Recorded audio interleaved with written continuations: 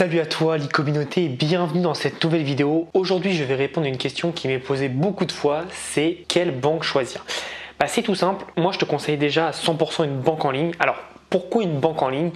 Tout simplement parce que tu n'as pas de papier, tu as des notifications de débit ou de crédit immédiatement, tout est gérable avec une application ou sur un site internet. Bref, c'est super simple, tu n'as même pas à aller en guichet pour créer ton compte. Moi je te le conseille 100%. Je vais te présenter toutes les banques en ligne que j'ai et toutes les cartes que j'ai, je les ai dans la main et je te présenterai tout ça super rapidement. Avant d'aller plus loin, je veux aussi te préciser que ce qui est bien avec les banques en ligne, c'est qu'en général, dans 95% des cas, la carte bleue, carte bancaire est gratuite, donc c'est un gain totalement bien par rapport à moi j'ai un compte sur la BNP, tu vois, je crois qu'il me preste 13 € par mois pour une carte Gold, c'est beaucoup trop cher alors que je peux l'avoir pour beaucoup moins cher sur d'autres comptes, mais je le garde pour d'autres raisons évidemment, mais voilà, tu vois déjà la différence, c'est qu'une carte, une banque en ligne ne te coûte absolument rien. Donc on va commencer. Ma première carte, alors je vais cacher, c'est N26, donc je sais pas si tu vois, c'est N26. Donc la carte est transparente, je la trouve plutôt sympa, mais c'est pas le sujet. Pourquoi N26? N26 c'est ma banque principale, on va dire, celle que j'utilise le plus. C'est la seule que j'utilisais au tout début, j'ai commencé avec celle-là. D'ailleurs j'ai fait une vidéo où je te la recommande, elle est vraiment nickel comme banque. Et leur promesse, c'est de créer ton compte en banque en 8 minutes. Honnêtement, on est plus proche des 6 minutes, mais c'est très rapide. Et ce que j'aime bien avec eux, c'est que c'est vraiment, il n'y a pas de chichi. C'est ton application, tu fais un débit, tu reçois de l'argent, boum, des notifications à chaque fois.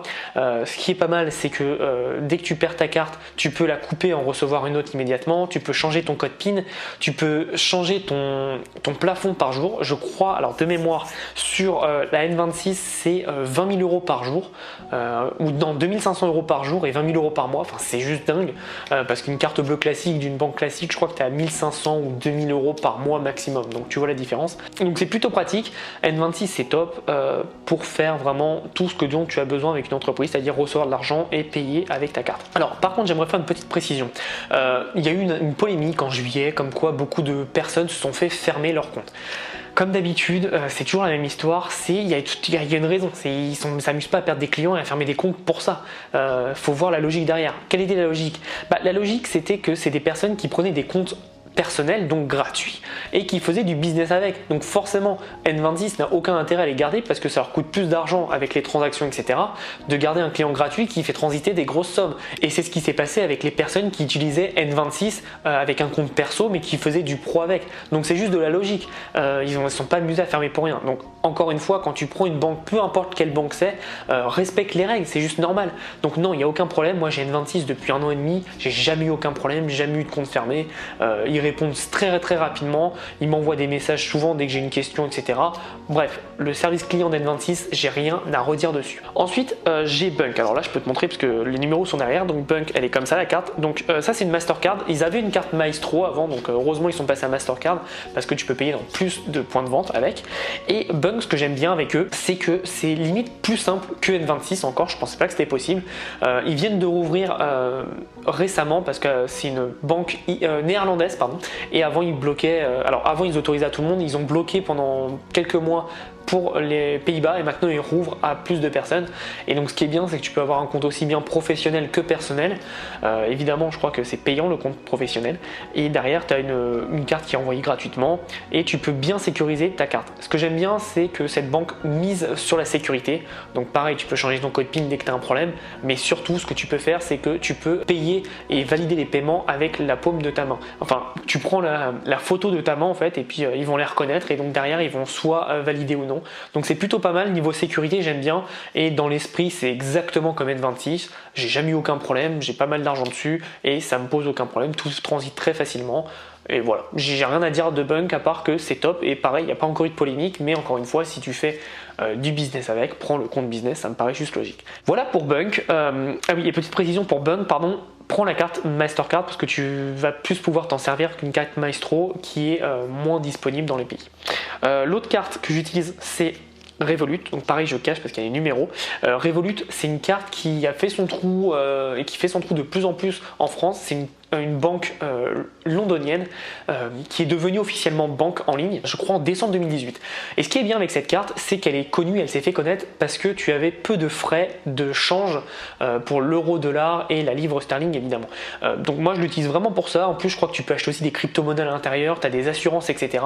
Ils ont vraiment fait une carte qui rajoute beaucoup de services et qui est plutôt intéressant. Alors je l'utilise pas mal, surtout quand je suis en voyage, tu te doutes bien, parce que faire transiter de l'euro en dollars canadiens, etc., ça se fait assez facilement et t'as pas trop de frais. Donc voilà, je l'utilise principalement pour ça. En France, je t'avoue que je l'utilise moins, mais c'est très intéressant comme carte. Et encore une fois, c'est une Mastercard, donc tu peux utiliser dans pas mal d'endroits différents. Et évidemment, Mastercard, c'est un gage de qualité, donc tu as plus de facilité à l'utiliser. Ce que j'aime bien avec Revolut, c'est qu'ils vendent des services en plus, comme je te disais. Donc tu as conciergerie, assurance voyage, bagages perdus, etc., etc. Donc tu peux vraiment payer en plus, évidemment, mais avoir un service exceptionnel avec juste ta carte et tu gères ça par l'application. Donc je trouve ça vraiment pas mal comment ils ont fait. Ils simplifient la vie et la gestion de ton argent et de ta carte. Donc je trouve ça vraiment pas mal. Petite précision sur toutes les cartes que je te cite et que je vais te citer, tu as un RIB et un IBAN. Donc tu peux recevoir des virements SEPA, tu peux recevoir ton salaire dessus, il n'y a aucun problème. Enfin, une autre carte que j'utilise de plus en plus, c'est TransferWise. Pareil, là je cache parce qu'il y a le trait. Alors là c'est pas la bonne couleur. Tu auras une autre couleur normalement qui sera juste vert comme ça. Hop, vert comme ça. Mais moi j'ai la carte business débit, donc j'ai fait un compte business et c'est pour ça que j'ai cette carte là. TransferWise, si tu ne connais pas, c'est une boîte estonienne si je me trompe pas, et ils sont connus parce que c'est les leaders sur le marché de la conversion de change. Donc c'est à dire qu'ils prennent le moins de frais possible sur le marché pour transformer un dollar en euros et en toutes les devises différentes, et tu peux avoir des porte-monnaies dans plein de devises, donc c'est plutôt pratique.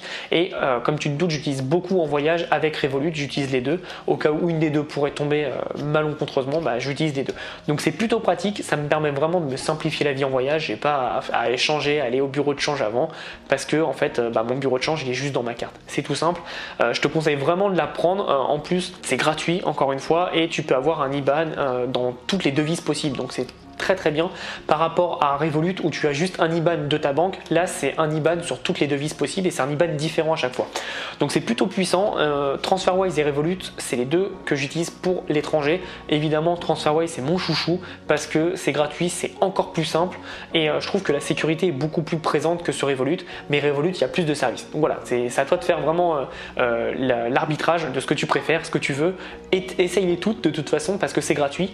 Il n'y a pas une qui est meilleure que l'autre, mais c'est à toi de voir selon tes besoins qu'est-ce que tu peux prendre. Mais honnêtement, comme c'est gratuit, je te conseille de les prendre toutes ou d'en prendre le maximum. Comme ça, si un jour tu as un compte ou une carte qui tombe en panne, qui marche pas, etc., tu peux vite faire les transferts et gagner du temps au lieu d'appeler la banque, etc., etc. Personnellement, jusqu'à maintenant, ça m'est jamais arrivé, mais on sait jamais, je préfère prévenir que guérir. Et enfin, je vais te présenter une carte. Alors, c'est celle-là, pour moi c'est la plus belle en plus. C'est une carte qui n'est pas une banque, c'est une carte qui s'appelle Curve. Alors j'ai déjà présenté une vidéo, mais à l'époque quand j'avais présenté la vidéo je ne l'avais pas reçue.